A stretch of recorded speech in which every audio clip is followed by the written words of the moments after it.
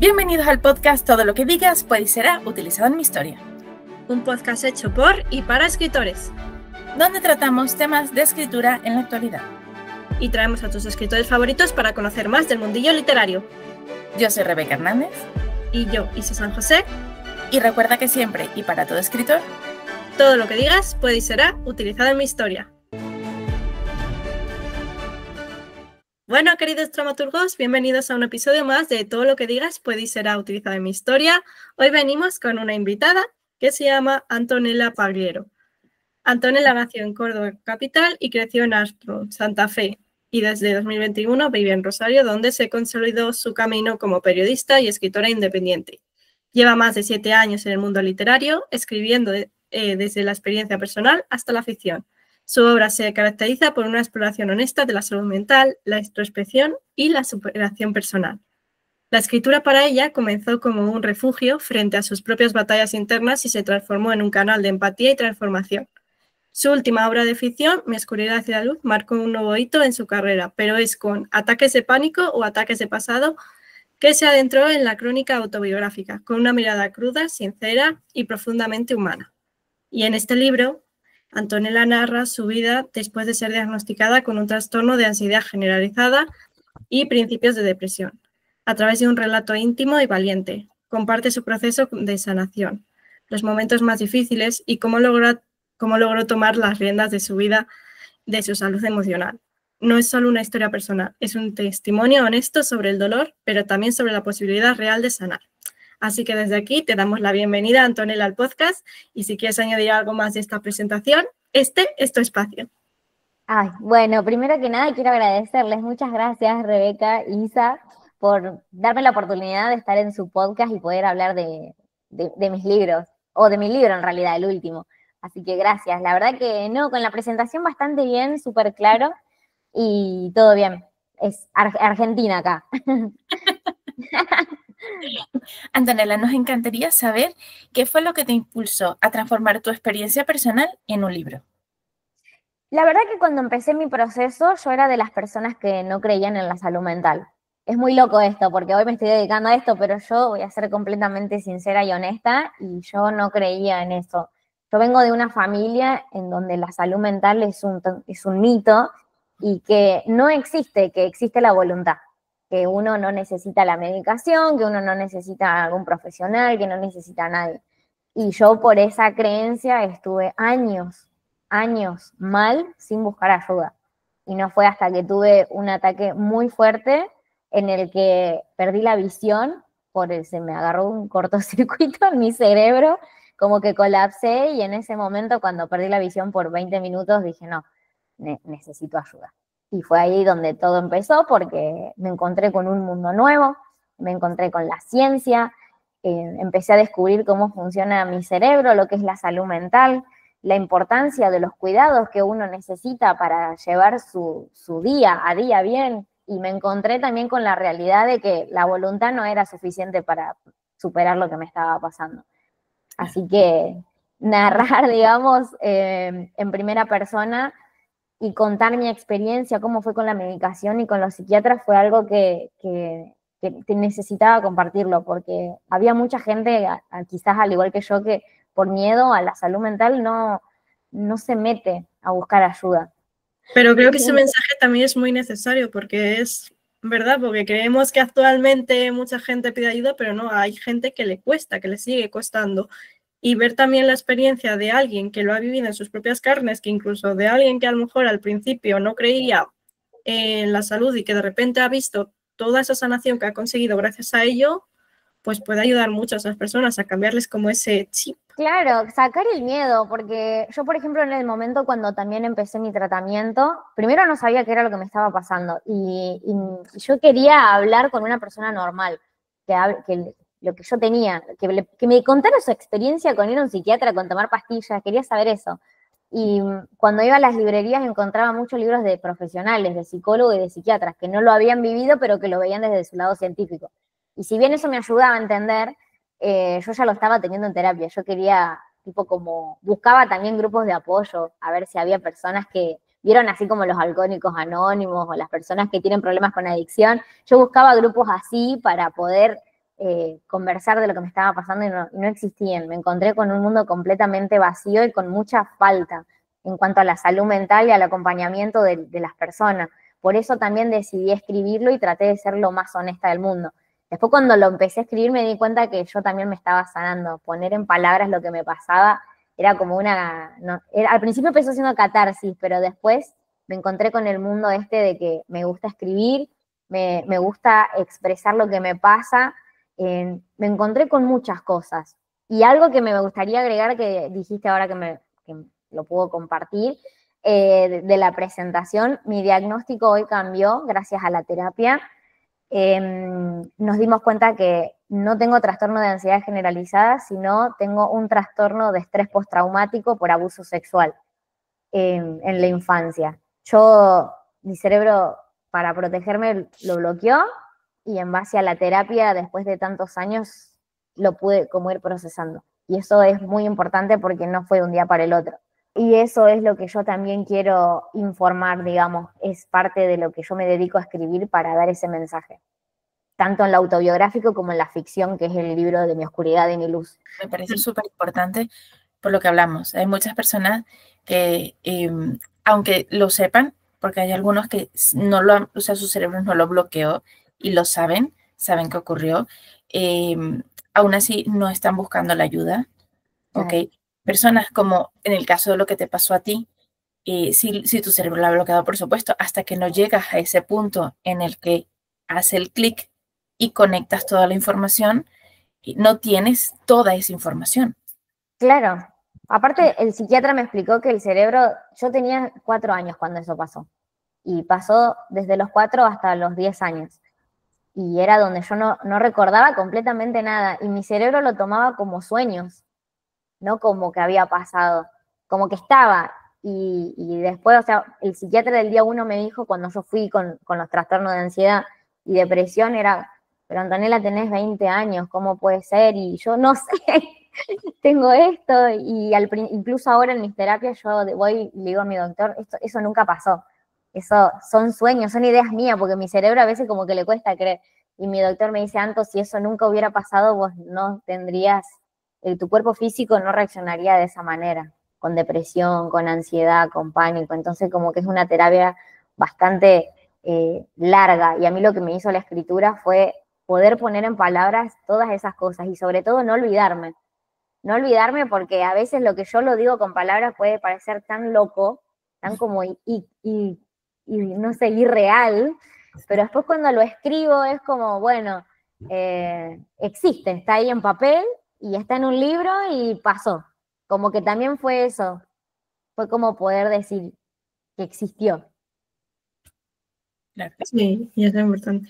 ¿Hubo algún disparador o algún punto de quiebre que te llevó a empezar a escribir este libro? Sí, fue cuando recuperé la memoria. Cuando recuperé la memoria con los abusos, me encontraba en una situación como... a mí me habían dado el alta en el psiquiatra, ya me habían dado el alta, yo ya había dejado de tomar los antidepresivos, y de la nada, por una situación familiar, recordé todo. Y yo estaba como, ¿qué hago ahora? No quiero caer otra vez en una depresión. Los médicos no me podían empastillar al toque porque tenían que esperar que mi cuerpo hablara. No es que, ay, bueno, te pasó esto, bueno, empezamos y te medicamos por los abusos. Era como que no, el cuerpo tiene que hablar. Y en ese proceso que el cuerpo tenía que hablar, yo tenía mucho miedo, porque otra vez voy a caer en una depresión, otra vez va a pasar esto, otra vez, y digo, no, voy a hacer lo que a mí me hace bien, y a mí me hace bien escribir. Pero yo que no quería escribir sobre lo que me estaba pasando porque no recuperaba y no podía unir las piezas, así que dije, no, me voy a poner a escribir algo que yo quería hacer hace mucho tiempo, que era una novela de ficción, y lo hice. Es más, el cuento la novela Mi oscuridad y mi luz, es re loco lo que les voy a decir, pero fue real. Fue un sueño lo que yo tuve con eso. Yo tuve un sueño donde yo era Alma y que yo tenía ese accidente y que yo terminaba en ese mundo. Y fue una locura porque el sueño duró 3 segundos. Bien, no sé, no dura más de eso. Y yo me quedé con esa idea ahí, y yo le decía a mi pareja, algún día voy a usar esta historia y la voy a escribir en un libro. Y después de ahí anoté los personajes, todo para no olvidarme, porque yo los vi todos en mi sueño. Después obviamente yo le di los nombres porque ellos no me los dijeron. Y en el momento que me pasó esto, que recordé la memoria, me puse a trabajar en ese libro. Así que me puse a estudiar para poder me puse a estudiar corrientes de pensamiento para poder darle una identidad a cada personaje y poder decir, basta, Antonella, ya, hacelo. Nada, no hay excusas ahora. Y así fue como empezó. Yo ya tenía los nombres, pero me puse a estudiar y lo hice. Wow, por un sueño. Qué fuerte. Sí. Al final, Sí, puedes encontrar ideas en todos los sitios. Me encanta porque hemos tenido aquí invitados que obviamente comparten también sus procesos creativos, ¿no? Desde donde sacan también las ideas y algunas han venido en unos momentos más raros, ¿sabes? Sí. Y es como, wow. Pero wow, que sea un sueño es como súper, súper curioso. De paso, ese sueño yo lo tuve en el 2021. Fue un montón. Que aún lo tienes claro ahí. Sí, yo lo tenía clarísimo. Porque sí. cuando yo se lo contaba, por ejemplo, a las personas, a mi pareja, a mis hermanos, o a mis amigos, a mi entorno, digamos, era como, Antonella, tenés que hacer algo con eso. Y yo digo, ¿pero qué? No lo sé, yo no sé. Yo estaba en ese momento, escribí autobiográfico, y yo no sé si estoy preparada. No sabía. Así que lo dejé, digamos, como la idea guardada en el cajón y me dio, cuando yo ya estaba, en el momento también que yo empecé a recuperar la memoria, yo me estaba por recibir de periodista también. Así que eso me ayudó también a tener las bases, digamos, de dónde arrancar. Porque si bien no es un sueño, tenés la idea, tenés que darle una estructura sólida para que tenga sentido. Y fue ahí donde dije, bueno, voy a agarrar mis recursos como periodista, voy a hacer una investigación periodística sobre el tema, y ahí me encontré con Carl Jung, que él habla sobre una teoría sobre las luces y las sombras, y me estudié toda esa teoría para que esa sea la raíz de la historia. Y cada personaje, bueno, después como para inspirarme, algunos son de la vida real que los encontré en las noticias también. Fue como todo un trabajo periodístico. ¿Cómo fue enfrentarte a tu propia historia al momento de sentarte a escribir? O sea, ¿lo hiciste como era para ti, ya sabías que lo querías sacar fuera? ¿Fue tipo journaling o fue tipo tengo que soltarlo? En ese momento, cuando me estaban pasando estas cosas, que justo me había enterado lo que había pasado con el tema de los abusos, fue como que no podía procesar lo que me estaba pasando. Pero yo sabía que en la escritura siempre yo tengo un refugio, siempre tengo voz, y siempre mis sentimientos son válidos ahí, que es cuando el entorno está confuso. Y cuando decidí sentarme a escribir, lo hice por eso, porque yo sabía que la escritura es un refugio, entonces como que no sé si es la palabra como una curita al corazón, pero sí, fue como una curita al corazón en ese momento, de centrarme en ese proyecto. Yo incluso comencé mi camino como escritora a través de las emociones. Todo lo que yo aprendí fue todo gracias a ese problema de salud, entonces yo me encuentro en la situación de que a mí me pasa algo y yo tengo una necesidad de otro planeta de sentarme a escribir porque siento como que me conecto con una parte mía que es real. Me encanta lo que has dicho porque siempre sanar es escribir, o sea, Sí. es una parte, es una manera también de conectarte con partes más profundas. Sí. ¿No? Sí, es como que si me conectara con una parte mía que existe pero que nadie puede ver, porque ni yo la puedo ver. La siento en el momento que escribo. ¿Hubo algún momento en el que pensaste como abandonar el proyecto? Sí. Cuando al principio me parece, imagínate que digo, ¿cómo voy a escribir un sueño? Una locura era, digo, ¿qué hago? ¿Por qué digo, no escribo otra cosa o algo con más sentido? Yo soy una persona que sigue la intuición y a veces el sentido común no lo uso. Y este fue este caso. Digo, me voy a dejar guiar porque a veces la creatividad no tiene sentido común. La creatividad viene del lado de la intuición y de cosas que no podemos ver, que no viene de lo racional. Entonces por eso también le llevé el apunte. Pero con respecto al tema de renunciar al camino de la escritura, sí lo pensé varias veces, porque me dificultaba mucho vender mis libros. Cuando entré en el mundo, al mercado en realidad literario, me di cuenta de muchas cosas que yo no tenía ni idea, y ahí sí quise renunciar porque digo, yo nunca voy a llegar a esos lugares. Es imposible que, o sea, sobre todo por cómo se mueve el mundo, por los contactos, por la influencia que uno tiene, no tanto quizás por el dinero, pero sí por lo otro. para publicar, por ejemplo, con grandes editoriales y todo eso era como que yo lo veía sumamente imposible y digo, ¿para qué escribo si yo nunca voy a poder llegar ahí? O sea, la re pesimista, pero yo lo veía como mi realidad de ese momento y yo digo, no, ¿para qué voy a escribir si lo hago todo y tengo todos los libros acá en mi casa? Como que para mí llegué en un momento que era más difícil venderlo que escribir. Ya tenía todo ahí afilado y no sabía qué hacer. Y ahí sí fue cuando quise renunciar, pero por la parte de las ventas, digamos, porque yo me quedaba con todo eso en mi casa. Pero yo adentro mío sentía como que tenía que vivir de la escritura porque es algo que no existe una Antonella si no está la Antonella escribiendo. Ya es parte de mí. Así que me dije, Antonella, buscarle la vuelta para que los libros se vayan y como que sentir que las personas también me tienen que leer. Porque ayuda a los otros, no es solamente plata. Yo lo veo como que son personas que estaban buscando lo mismo que yo en su momento.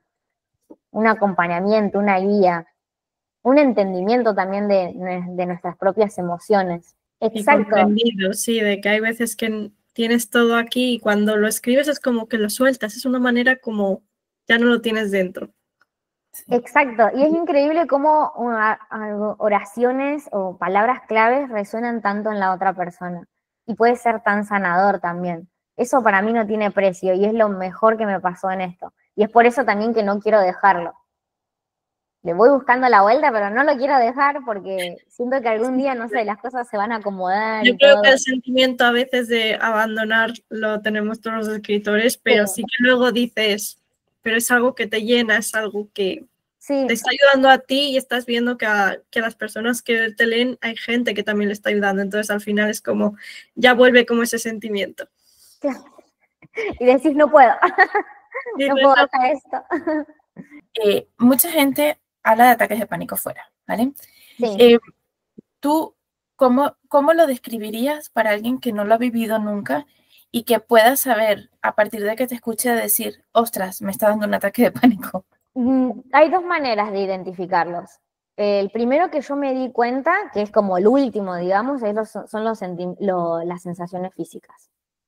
El ataque de pánico es muy distinto al nivel de ansiedad. Si bien empiezan igual, el desencadenante es distinto, porque en el ataque de pánico y tanto como en la ansiedad tenés temblores, sentís taquicardia, empezás a sudar mucho y empezás como a sentir una desesperación. Cuando ya te sentís que algo te va a matar y tenés un sentimiento de muerte que sabés que te vas a morir, ahí ya es ataque de pánico, porque el pánico es el terror.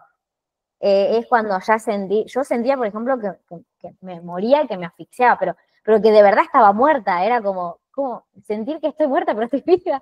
Eso era una contradicción terrible. Y, por ejemplo, cuando yo tengo ataques de ansiedad, no siento que me voy a morir. Solamente tengo los temblores, la taquicardia y como una adrenalina de salir corriendo. Y con el pánico no. El pánico es como, listo, me quedo acá, porque me muero. Es como que, y yo ahí iba a las guardias, porque digo, reanímenme, no sé, háganme algo, porque yo en cualquier momento pierdo el pulso. Pero con la ansiedad no pasa eso. No sentís que vas a perder el pulso o que te vas a morir, solamente estás como así acelerado o tenés mucha rumisión en los pensamientos, una rumisión constante, que en el pánico la rumisión es, te vas a morir, son tus últimos segundos de vida, es distinta la rumisión que tenés, es como muy exagerada. Claro, pues también es importante diferenciarlo porque muchas veces a lo mejor dices, no, estoy teniendo solo un ataque de ansiedad y es como estás como en eso, como tú dices, con esa rumisión de, ay madre, que me va a dar algo tal. Claro, ya cuando se pasa a ser irreal, o sea, completamente irracional, ya es pánico, es un ataque de pánico, porque no tiene sentido de que vos estés sentado y me estés diciendo que te vas a morir. Si sos una persona sana y hasta hace 5 minutos estabas bien. Y yo, por ejemplo, lo relacionaba en ese momento como que un ataque al corazón o una muerte súbita, como que yo sentía que me iba a dar eso, que en mi cabeza era completamente real, lo cual puede pasar, pero es como que no, es un ataque de pánico. Claro. Cuando sentís esa que va a venir esa muerte súbita y te vas a ir, no, porque te morís directamente, no lo sentís. O sea, pasa. No estás 20 minutos esperando la muerte. Pasa sin tu permiso, ¿no? O sea, claro, exactamente, no te va a avisar qué cosa. Claro, pero al final la mente ahí tiene que ser muy fuerte, es tal. Exactamente. Porque, claro, la persona se lo creerá en ese sentido. Es que lo crees porque crees las sensaciones físicas. Todo tu cuerpo te dice que te vas a morir. El psiquiatra, por ejemplo, a nivel científico me dijo que nuestros ancestros sentían este sentimiento de que me voy a morir cuando tenían que cazar y el animal era muy grande. Y ahí sentían un pánico. O sea, como que era normal que una persona de nuestros antepasados que cazaban, no sé, qué animal en este momento, león, algún puma, qué sé yo. Un depredador o tal. Exactamente, es normal que ellos sí sientan lo que nosotros sentimos acá, pero yo sentada acá en mi casa, mirando el celular o nada, sentada, sentir eso como que no tiene sentido. Así me lo explicó el psiquiatra y yo lo entendí. Yo lo entendí y tiene todo el sentido del mundo, porque es la misma sensación que sintieron nuestros ancestros, nada más que vos estás tranquilo en tu casa. Nadie te está atacando y vos no tenés que atacar a nadie.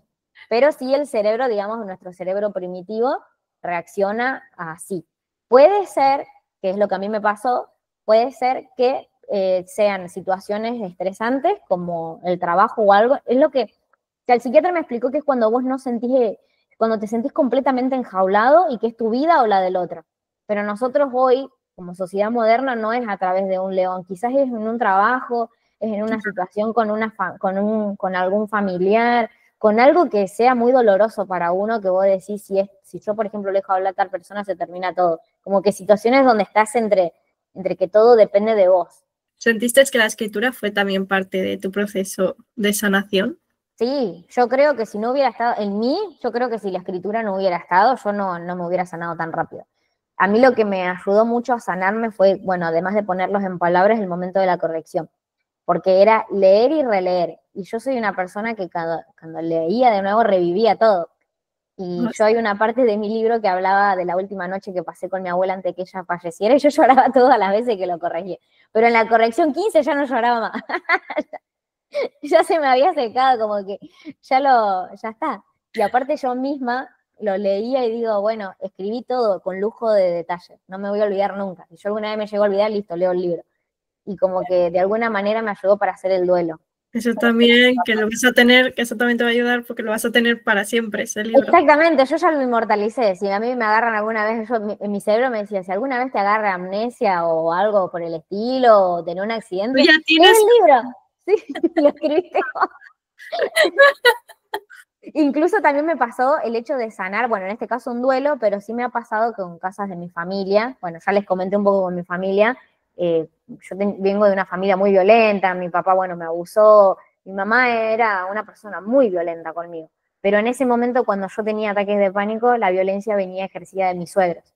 Y me habían hecho cosas también que para mí eran imperdonables, entonces al escribirlo era como, listo, yo nunca me voy a olvidar.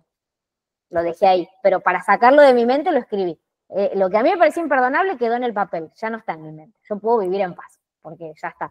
Porque mi cerebro me decía, si vos te olvidás, te lo van a volver a hacer. Y entonces era, bueno, lo escribo. Es como agenda, digamos, me servía la escritura, modo de agenda. Y yo lo anotaba con lujo de detalle para no olvidarme de nada. Yo anotaba hasta la hora, para que se den una idea. O sea, era como, tenía que ser lo más específico posible. Por eso me dio la paz de listo, me lo saqué de la cabeza. Y fue por eso que la escritura empezó a ser muy sanadora. Después también quise escribir mi oscuridad y mi luz, porque digo, bueno, voy a dejar de hablar un poco de mi vida. Hay muchas personas de mi entorno que no me hicieron nada y que no me gusta mencionarlas. Por eso también quise cambiar un poco de estilo. Sí, de género. De género. Por ejemplo, la manera autobiográfica me dije a mí misma que lo voy a hacer cuando tengo un problema muy grave, que yo sienta que ya es un pánico así. Por ejemplo, en este momento estoy escribiendo la segunda parte de Ataques de Pánico o Ataques de Pasado, que no sé si puedo decir el nombre, pero porque todavía no lo patenté. Y ahí sí estoy hablando sobre los abusos y cómo fue todo mi proceso de acordarme y cómo fue mi proceso con el psiquiatra, porque yo siento que también es de alguna manera hacer justicia a mi niña interior de esa manera, de dejar escrito todo lo que ella vivió. Y yo en terapia entendí que estoy acá viva y latiendo gracias a ella que con 5 o 4 años pudo sobrellevar la situación como pudo. Está bien, olvidó la memoria, pero mi psiquiatra también me dijo que fue necesario porque si no yo no hubiera podido vivir ahí, no hubiera podido seguir viviendo porque eran mis papás. los que ejercían violencia conmigo. Era mejor olvidarse, era mejor, lo mejor que pudo haber hecho fue olvidarse y sobrevivió a cosas terribles. Y si hoy yo lo puedo recordar es porque hoy yo tengo un entorno sano. Que eso también me lo dijo mi psiquiatra y es como, qué lindo también. Qué lindo porque de alguna manera esa versión mía por fin puede hablar. Y también siento de darle voz en esta segunda etapa del libro de la crónica autobiográfica, que por eso también lo voy a hacer. Esto no es tanto como justicia, sino como quería en el otro libro, que el otro libro sí quería justicia, pero este no, este es como para darle voz a esa niña. Qué bonito y qué importante también. Sí, sí, claro, sí. lo que te dices, sanas tú, pero a lo mejor alguien que te lea se puede sentir también identificado. Claro, exactamente. La idea es honrar, porque yo creo que así como me pasó a mí, a un montón de personas le pasó que su versión más niña la salvó, su versión más pequeña, por haber vivido las cosas que vivieron. Así que creo que no solamente va a ser para mí la sanación, va a ser para todos. De Así. honrar a esa parte. Sí, qué bonito. Ahora que hablas específicamente de ataques de pánico o ataques de pasado, queríamos preguntarte, el título es bastante potente. Ah, sí. ¿Cómo se te ocurrió ese título? Yo soy una persona que piensa muchísimo, pero no de las que rumen. Yo, o sea, de tener la rumiación. Yo soy una persona que reflexiono, no sé, veo un lente y yo reflexiono. El otro día estaba en un bar y reflexionaba y digo, ay, el bar es como la vida. El que se sienta un ratito, está viviendo y se va. Y es como que se va, se murió. Chao, uno nuevo. Yo soy una persona así. Como que relaciona todo con todo, que eso también, bueno, no me voy por las ramas. El título le puse ataques de pánico o ataques de pasado porque yo en ese momento que estaba viviendo un ataque de pánico, mi psiquiatra me decía que esto venía de cosas anteriores. Y yo digo, no, ¿cómo? Entonces no es un ataque de pánico, le digo yo, es un ataque de pasado, porque yo ahora tengo que vivir lo que la Antonella de niña no pudo procesar. O sea, yo estaba viviendo en mi versión de 20 años lo que la Antonella de 5 años no pudo vivir. Entonces es un ataque de pasado, no es un ataque de pánico. Es ataque de pánico cuando son situaciones presentes que a mí me generan pánico. Por ejemplo, hoy va a ser un ataque de pánico, fue cuando tuve que dormir a mi perrita por un problema de salud. Ahí sí me agarró un ataque de pánico, pero fue por el presente, por la situación que yo estaba viviendo. No tenía un ataque de pánico por cosas que a mí me habían pasado. El tema es que acá está mucho relacionado a la ciencia, porque el psiquiatra te dice que a veces el ataque de pánico, o sea, que sería el ataque de pasado de tu versión anterior que no lo pudo procesar, despierta con estímulos.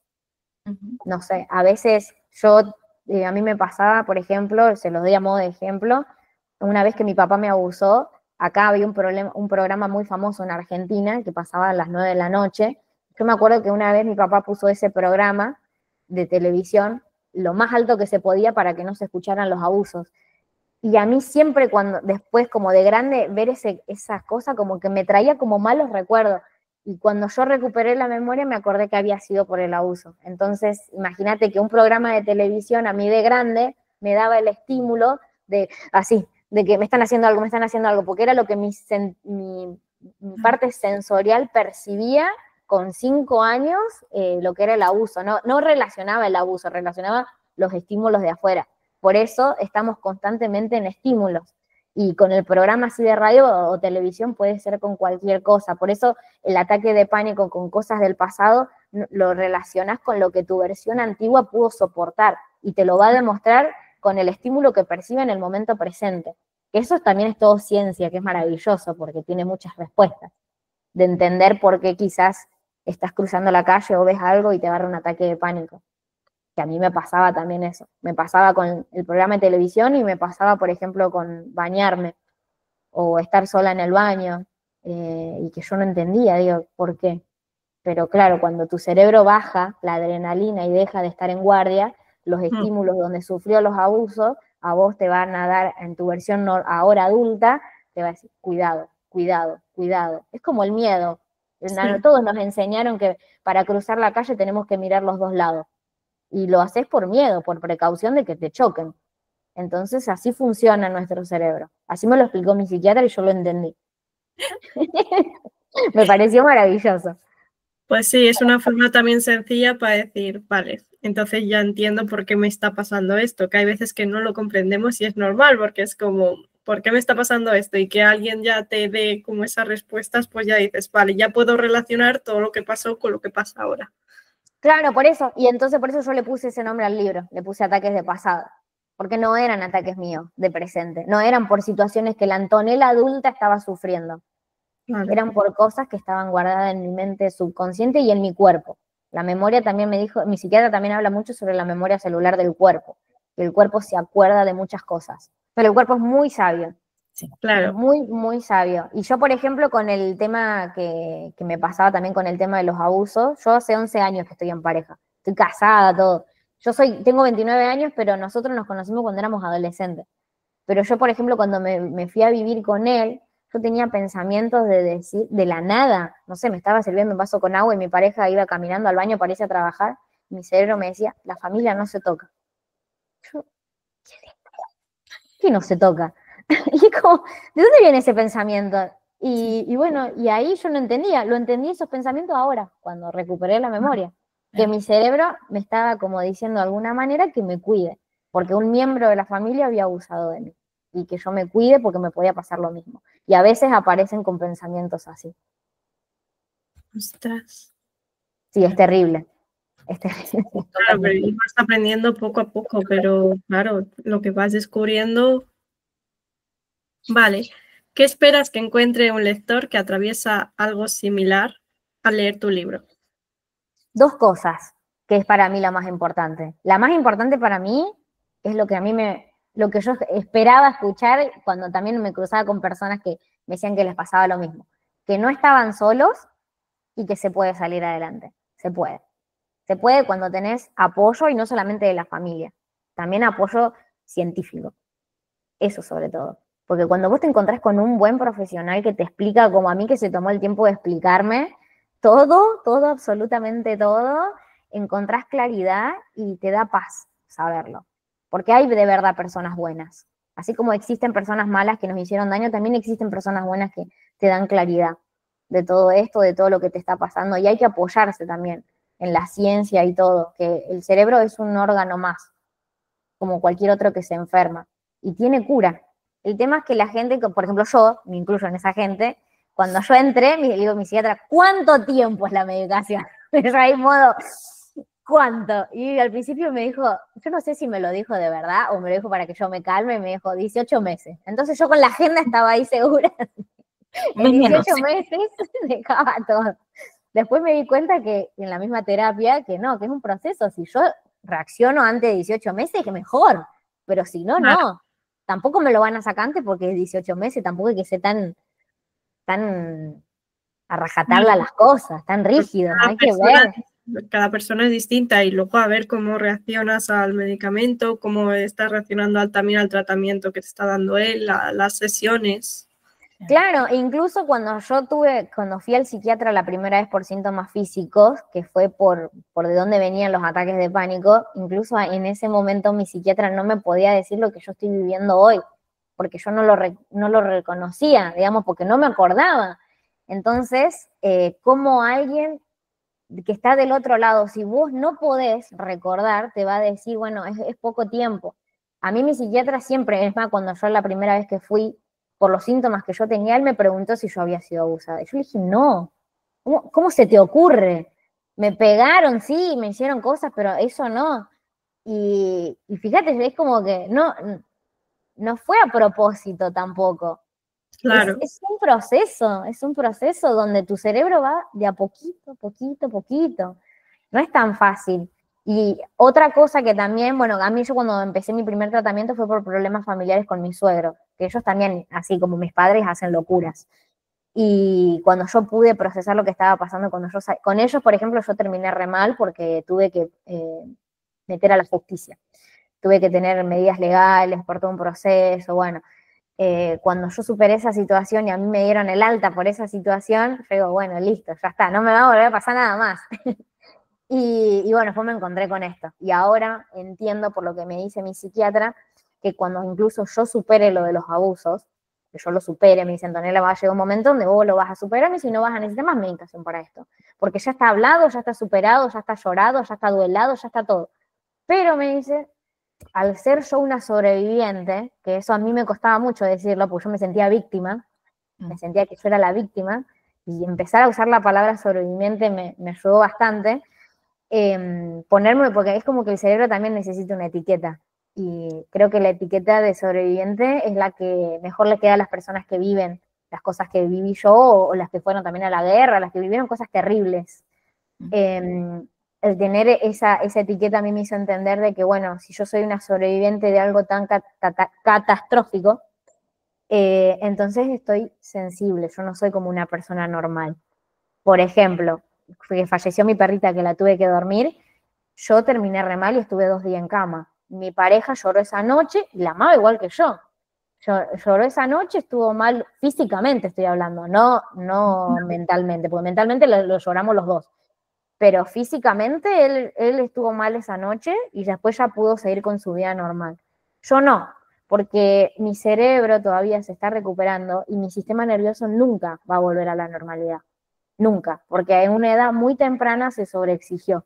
Entonces yo tengo que entender que cuando tengo una situación fuerte, como la muerte de una mascota o quizás algún miembro de mi familia, esas primeras horas me las tengo que tomar con calma y después puedo volver a mi vida normal. Pero eso también es como que te lo dice el médico, y porque vos también te entendés y sabés, porque también en el psiquiatra lo que vos haces es aprender a escucharte, aprender a escuchar a tu cuerpo. Sí. Vale, ¿te llegaron testimonios de lectores que se sintieron identificados con tu historia o alguna experiencia que te haya marcado con respecto a los lectores? Sí, un montón. Un montón. Y de los dos, del de la crónica autobiográfica y el de la ficción, de los dos. Yo pensé que la ficción nadie se iba a sentir identificado, no sé por qué, pero digo, no, pero sí, los dos, y fue increíble, increíble, y una vez más ahí es como que juega la ciencia de decir, qué increíble que ante la misma situación los cuerpos reaccionan igual, todos. Todos reaccionan igual, entonces cuando yo escribo, no sé, por ejemplo, cuando yo tenía pensamientos depresivos, que eso me lo dijo una persona que a mí me impactó, pues yo estaba en ese momento muy depresiva y yo puse una frase que puse, me siento como una persona de la calle, que la ignoran, que le es indiferente, que a nadie le importa. Y yo puse lo único que un sentir nada más, yo lo único que me diferencia de una persona que vive en indigencia es que yo tengo comida y tengo un lugar donde dormir y tendría que estar agradecida, pero no estoy agradecida. Y me siento igual, sola y abandonada, y que toda la gente pasa por el frente mío y que nadie me ve. Y es con esa frase que yo puse, ese párrafo, mira, es horrible, pero como 10 personas se sintieron identificadas. Es mucho, 10 personas que se sientan identificados con algo así. Y yo lo use porque yo soy una persona que relaciona mucho y a mí me gusta hablar mucho con metáforas. Entonces, cuando me gusta usar la metáfora, por ejemplo, en una situación de ponerme en el lugar de una persona que está viviendo así, es como, wow, qué terrible. Claro. Qué terrible, y de paso pensar en cómo se debe sentir esa persona. Yo por eso ahora trato también de no ser indiferente con las personas que están en situación de calle. Obviamente que hay de todo, están los que también tienen problemas de salud mental, los que no sabemos por qué están ahí, pero aprendí a ser más empática también.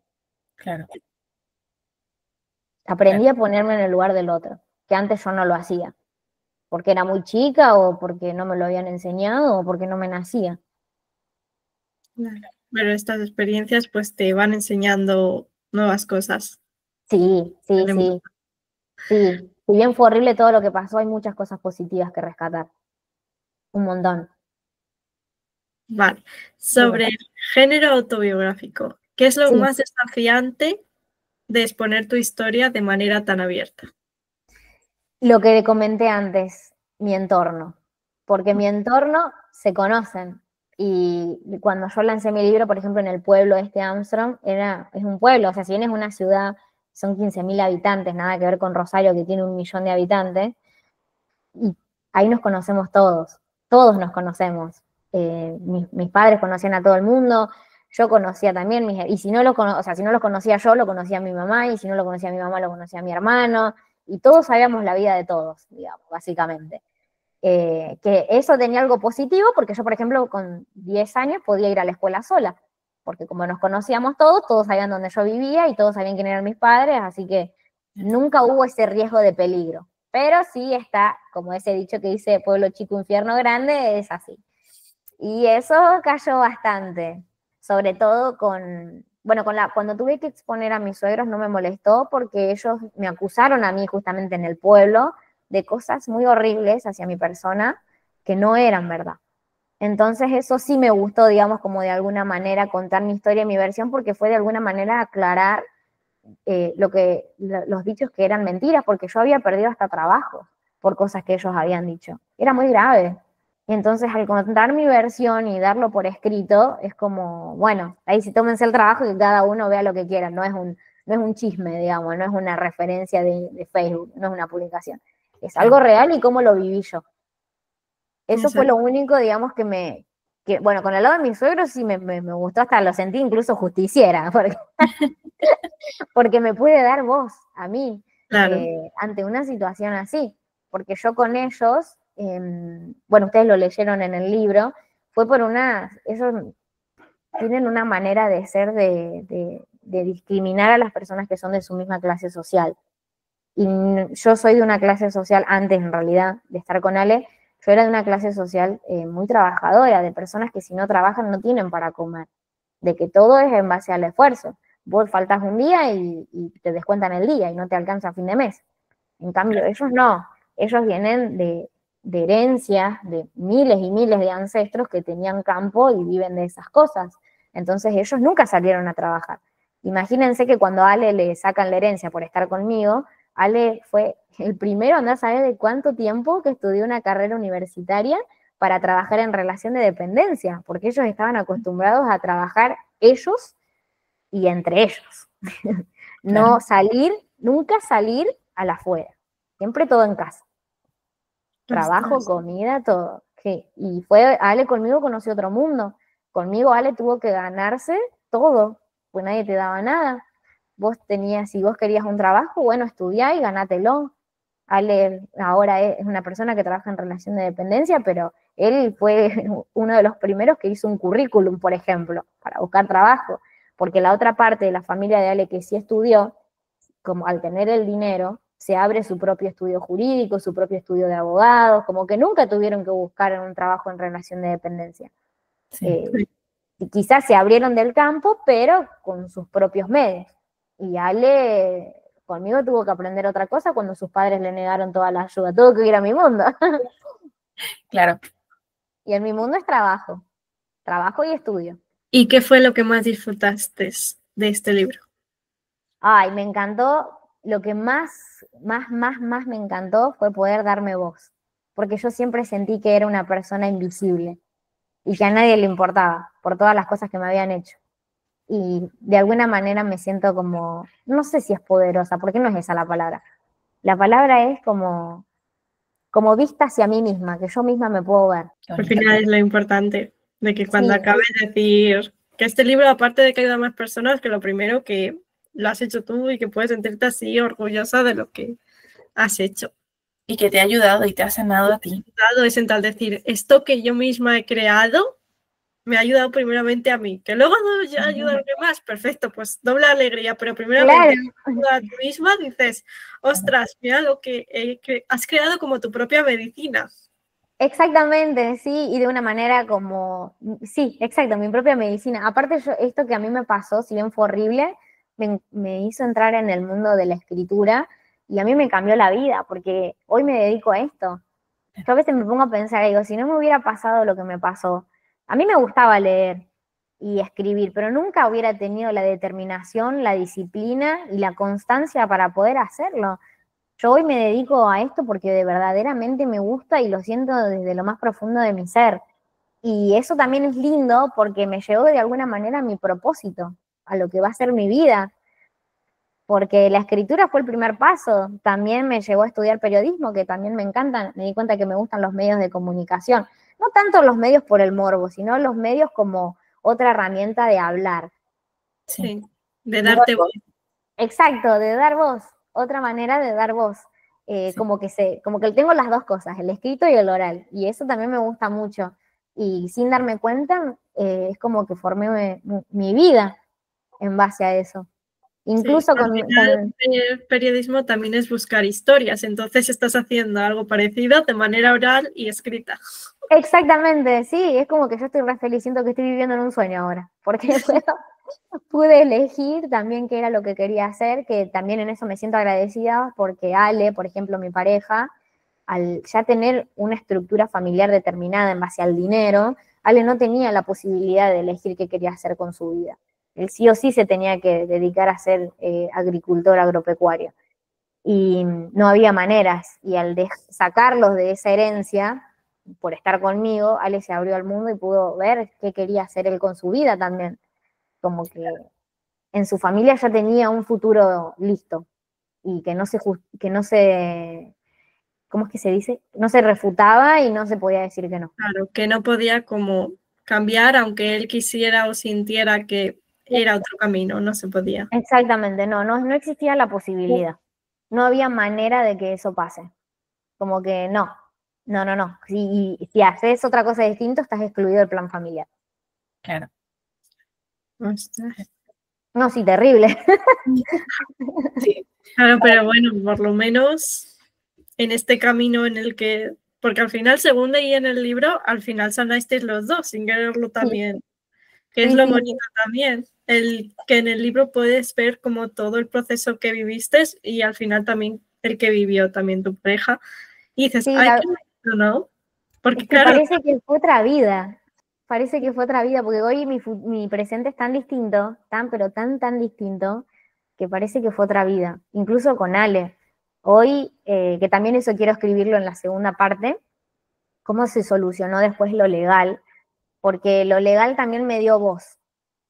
Era como que por lo menos había una autoridad que respetaba lo que yo decía y que o sea, lo que yo decía en cuanto a los hechos de violencia que yo denuncié, que se iban a hacer respetar. Y eso también me di cuenta que es algo para hablar, para comentar, porque a lo mejor también hay personas que necesitan de la justicia para que su voz se haga valer y que te respeten.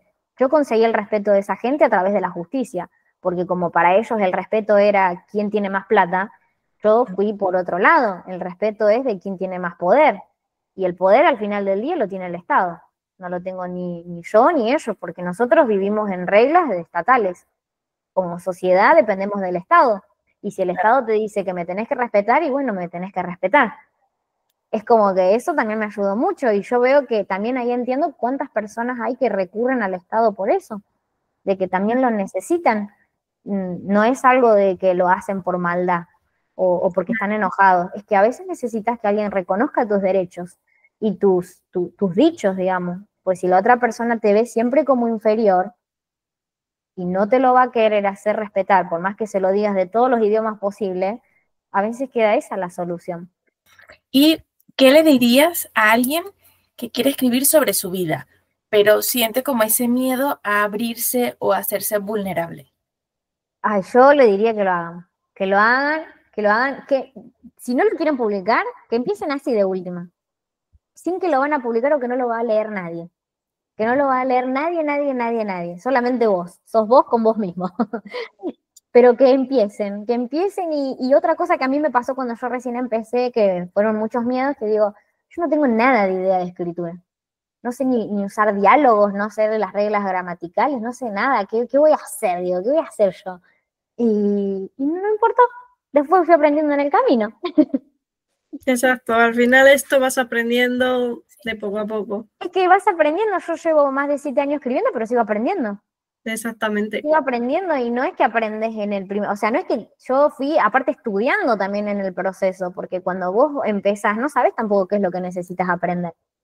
Entonces, por eso hay que empezar. No tenés que estudiar, yo creo que nunca que hubiera estudiado primero periodismo, creo que no hubiera escrito libros porque ya me enseñaban una manera de cómo escribir, porque en periodismo tienes su manera de escribir noticias, de redactar crónicas, incluso hasta quizás perdés tu estilo, porque te enseñan un estilo. Y yo primero empecé buscando mi estilo y después cómo hacerlo profesional, y que no sea tan diario íntimo, digamos, para poder hacerlo, digamos, para el lector, pero yo primero tuve mi estilo, y mi estilo es muy transparente y es muy sincero. Eso también es importante, el encontrar como tu voz de escritor, que al principio estás como aprendiendo y dices, a ver cómo es, Y ya cuando lo Claro. encuentras, vale. Claro, ya, para mí digamos que fue más fácil, incluso creo que para cualquiera que esté escuchando, es más fácil empezar a escribir y después, porque ahí primero está tu estilo, después lo perfeccionás con las reglas gramaticales, con los diálogos, con todo ese tipo de cosas. Después como que lo vas perfeccionando, pero creo que el hecho de escribir sin saber es que empezás con lo importante, viendo tu estilo. ¿Qué le dirías a la Antonella que estaba comenzando a escribir este libro? Ay, el otro día estaba viendo mi primer libro porque ya no se comercializa más porque lo mejoré. Sí, Y dije, pensar que todo empezó gracias a eso.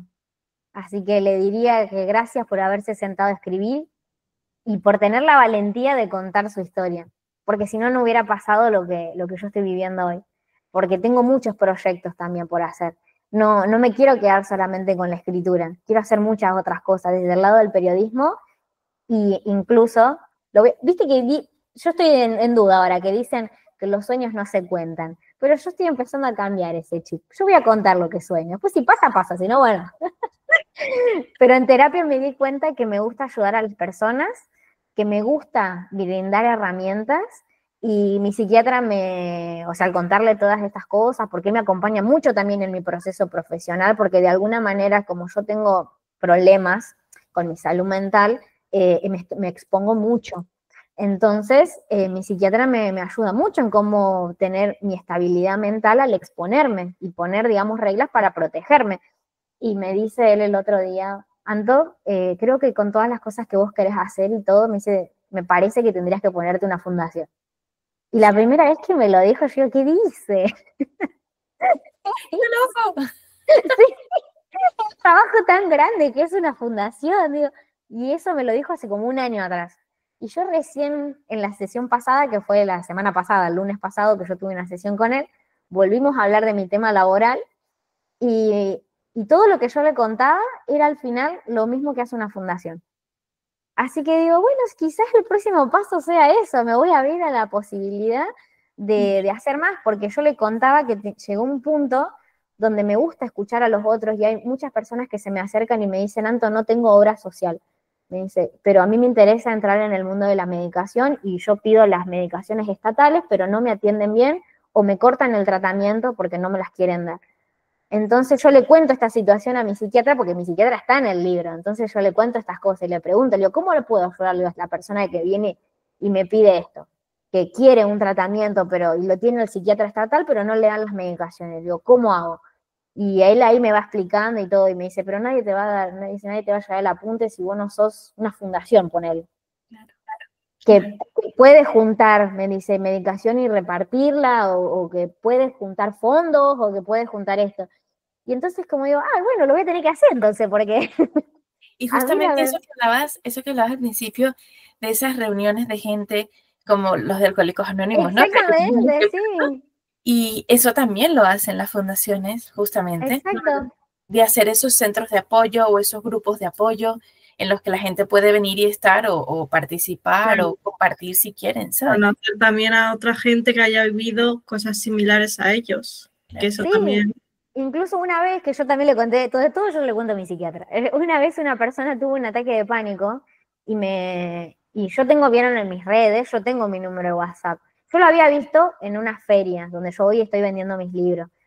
Yo no sé, chicas, si peco en ser confianzuda, capaz que tengo un defecto con eso. Pero la persona la vi que estaba desesperada y tenía un ataque de pánico y no la atendían en la guardia. Yo la hice venir acá a mi casa, la calmé y le di un vaso de agua. Pues yo ya sé lo que es un ataque de pánico. Le ayudé y la calmé. Y después al final acá terminamos pintando en mi casa. Se calmó así, pintando.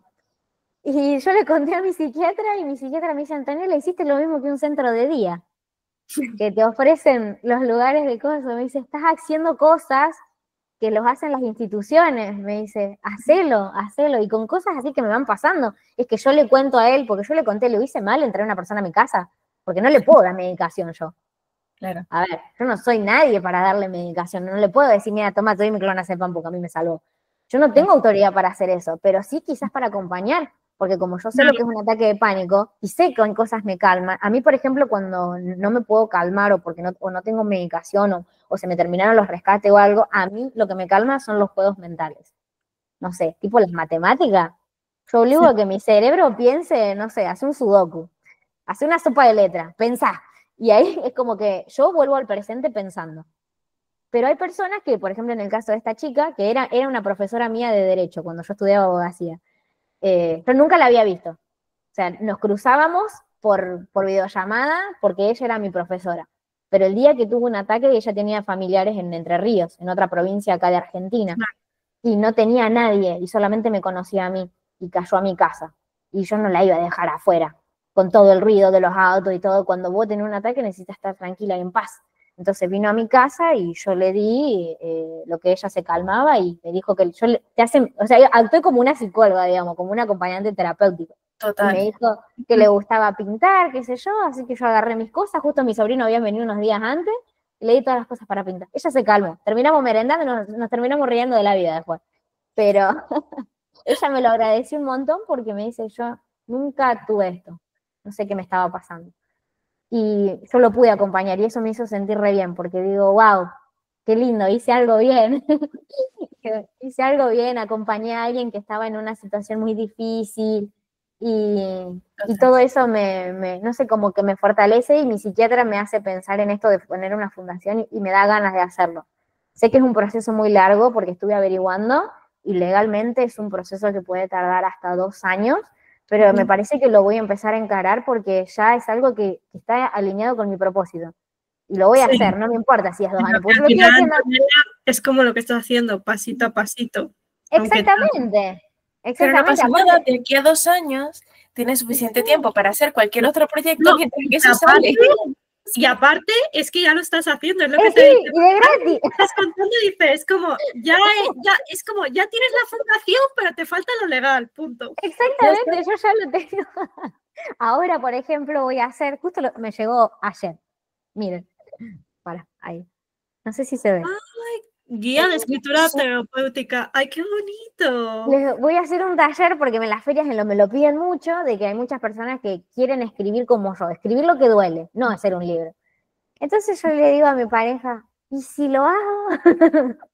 ¿Y si hago una guía, digo, de como hice yo, sin experiencia, sin nada, que solamente se sentó a escribir lo que siente, Sí. sin nada, sin los aportes periodísticos, sin los cursos que yo hice sobre escritura, nada, solamente que vos te sientes a escribir lo que te pasa.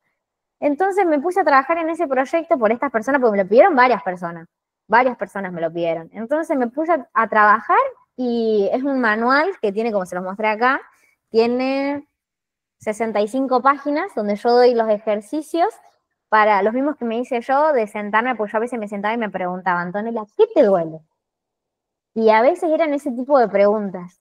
Y en esta guía que yo estoy haciendo, que es esta, que todavía recién ustedes son los primeros que lo ven, no saben que existe esto. Oye, pienso hacer un taller acá en mi casa para que sea un ambiente como de grupo de apoyo, que es mi sueño, que se creen grupos de apoyo para poder hablar sobre lo que nos pasa y sobre lo que nos duele.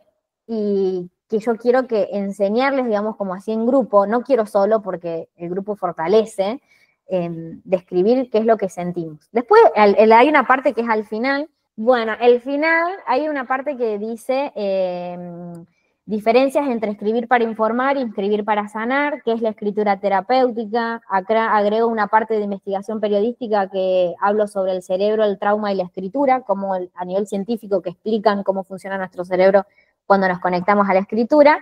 Pero básicamente yo a esto lo hago con la intención de formar un grupo de apoyo para que las personas puedan empezar a poner en palabras, así sea 1 o 2 oraciones, cómo se sienten.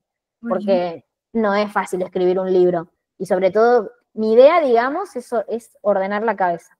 Yo le pregunté a mi psiquiatra, le digo, yo necesito algo para hacer esto. Y ahí me dice, sí, Antonella, hacé la fundación porque ahí te acompaña un psicólogo al lado tuyo. Que si llega a pasar algo, contiene. Ah, bueno, le digo. Y ahí me dice, ¿viste que siempre terminamos en la fundación? Y yo, bueno. Le dices, conmigo. A tu psiquiatra, bueno, te voy a contratar al final a ti para la fundación. Es que yo le dije y él me dijo que quiere participar también, porque él comparte conmigo esta causa noble. Y yo le digo, bueno, genial, porque yo sé que para la fundación, todavía no sé qué nombre ponerle, le quiero poner, en realidad, el nombre de mi libro, Mi Oscuridad y Mi Luz, porque en realidad va a ser un espacio donde se van a estar encontrando nuestras 2 versiones. Pero no lo tengo como pensando, porque como mi libro ya se llama así, Claro. digo, no quiero que se confunda, pero seguramente es algo así. Te Y llegará el nombre, ya verás.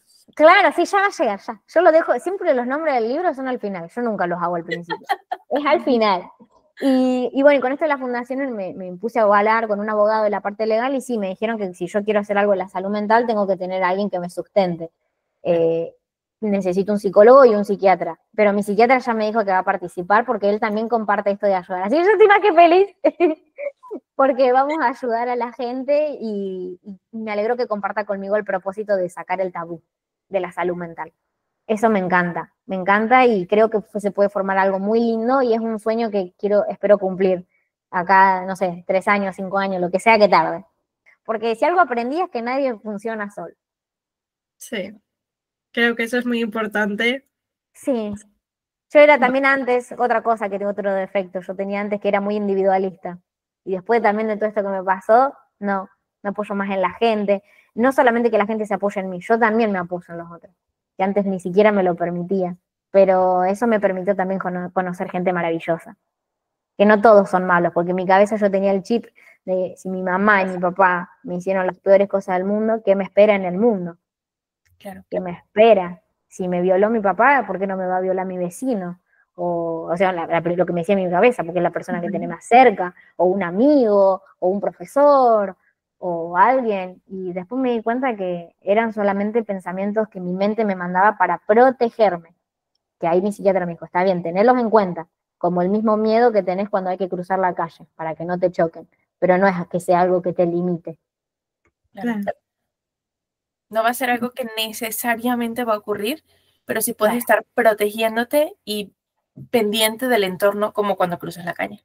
Exactamente, sí, pero es algo simple, no es algo que te pueda torturar, porque uno no anda cuando anda por la calle pensando, ay, me van a chocar todo el tiempo. No andas así. Vos salís y cuando llegás a la esquina, bueno, ves si pasa alguien o no, pero es un reflejo automático. La idea que estamos haciendo en terapia es que todos esos estímulos que yo tuve, que se vuelvan automáticos, sin dañarme y sin que sea rumisión. Pero eso se canaliza mucho en terapia. Por eso es tan importante que la gente busque ayuda. Total. Para que vivan como ese proceso de sanación, como tú dices, con tiempo, que no es algo que es de un día para otro. Claro, no, lamentablemente es con tiempo porque el tiempo, incluso no sé si les ha pasado que quieren hacer un cambio en su vida y también se lo tienen que acordar porque como es algo nuevo, no te acordás, te lo tenés que anotar. Y ahí es donde te das cuenta que todas las personas que tienen problemas de salud mental tienen que, o sea, todo el mundo tiene que pensar, pero tienen que pensar más y con más tiempo de anticipación. Claro. Porque lleva un proceso. Darte las gracias de nuevo por venir al episodio. Nos ha encantado escucharte y aprender todo lo que nos has contado y seguramente a nuestros seguidores también, que pueden escribirnos en comentarios si se han sentido reflejados y nos vemos en el siguiente episodio. Muchas gracias. Adiós. Gracias por escucharnos. Aquí nos despedimos en un nuevo episodio más y esperamos que lo hayan disfrutado. Os agradecemos si dejáis vuestros comentarios para traer más temas de escritura al programa. Y recuerda que siempre y para todo escritor, todo lo que digas puede y será utilizado en mi historia.